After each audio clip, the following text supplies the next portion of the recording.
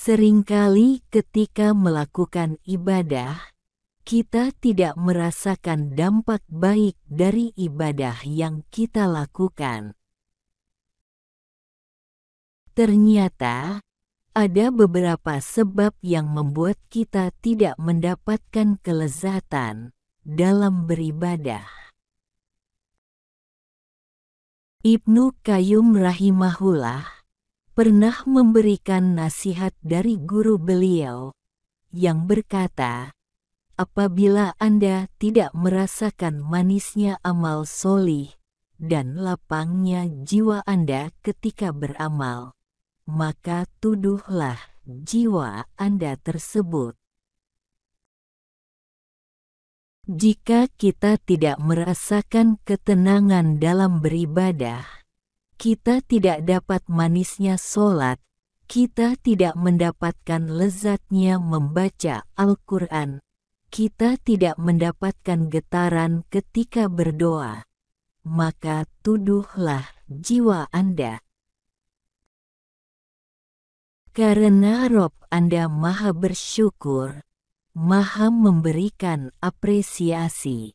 Ketika kita melaksanakan sholat malam dan kita tidak menangis, sedangkan orang yang di sebelah kita menangis terseduh-seduh.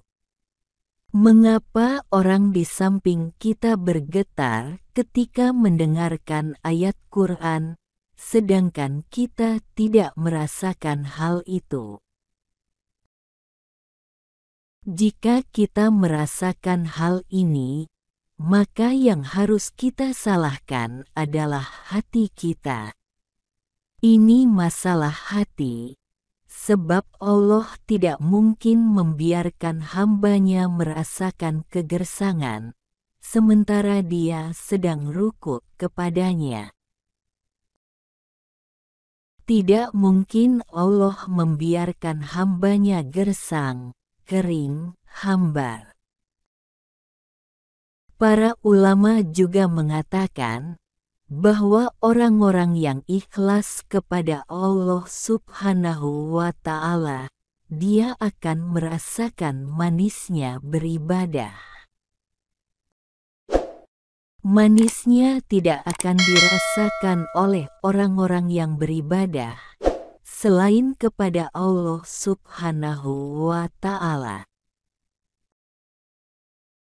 Oleh karena itu, memaksimalkan waktu untuk sholat malam sangat tidak boleh disia-siakan.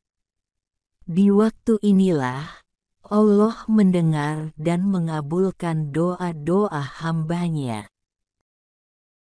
Waktu malam pun biasanya ibadah menjadi lebih khusyuk. Namun, ketika kita tidak mendapatkan kenikmatan dalam beribadah, maka kita harus segera evaluasi diri. Tanyakan kepada diri, dosa apa yang sudah dilakukan, sehingga ibadah tidak terasa nikmat dan menenangkan. Tanyakan kepada diri, apakah yang sudah diperbuat hingga hati kita begitu keras? Pertanyaan-pertanyaan ini seharusnya menjadi pertanyaan wajib ketika kita tidak merasakan kelezatan dalam ibadah.